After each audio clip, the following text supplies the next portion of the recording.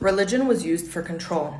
A book consulted by many planters was the Cotton Plantation Record and Account book, which gave these instructions to overseers. Remember, there were dead-ass books being written for slaveholders, written by other slaveholders or consultants of slaveholders on what to do to basically enact psychological warfare against their slaves because they were so terrified of rebellion. So that's what we're about to see here.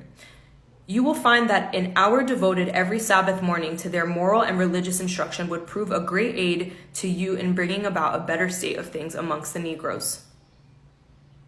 The slave communities, embedded as they were among numerically preponderant and militarily powerful whites, counseled a strategy of patience, of acceptance of what could not be helped, of a dogged effort to keep the Black community alive and healthy, a strategy of survival that, like its African prototype, above all said yes to life in this world.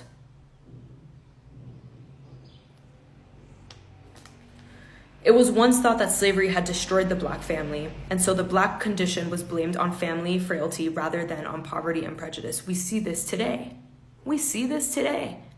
That is one of the main talking points of white supremacists and people who try to undermine Black people and try to make it seem like the condition of poor Black people is just because they're lazy and because they're violent and because they're aggressive, and not because of this entire system. Blacks without families, helpless and lacking kinship and identity, would have no will to resist. But interviews with ex-slaves done in the 1930s by the Federal Writers Project of the New Deal for the Library of Congress showed a different story. It says here, the slave community acted like a generalized extended kinship system in which all adults looked after all children, and there was little division between my children for whom I'm responsible and your children for whom you are responsible.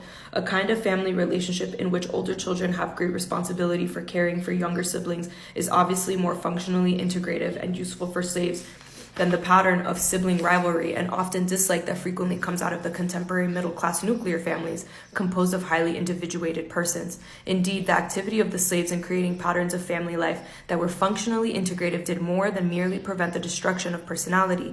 It was part and parcel, and we shall see, of the social process of which came Black pride, Black identity, Black culture, the Black community, and Black rebellion in America.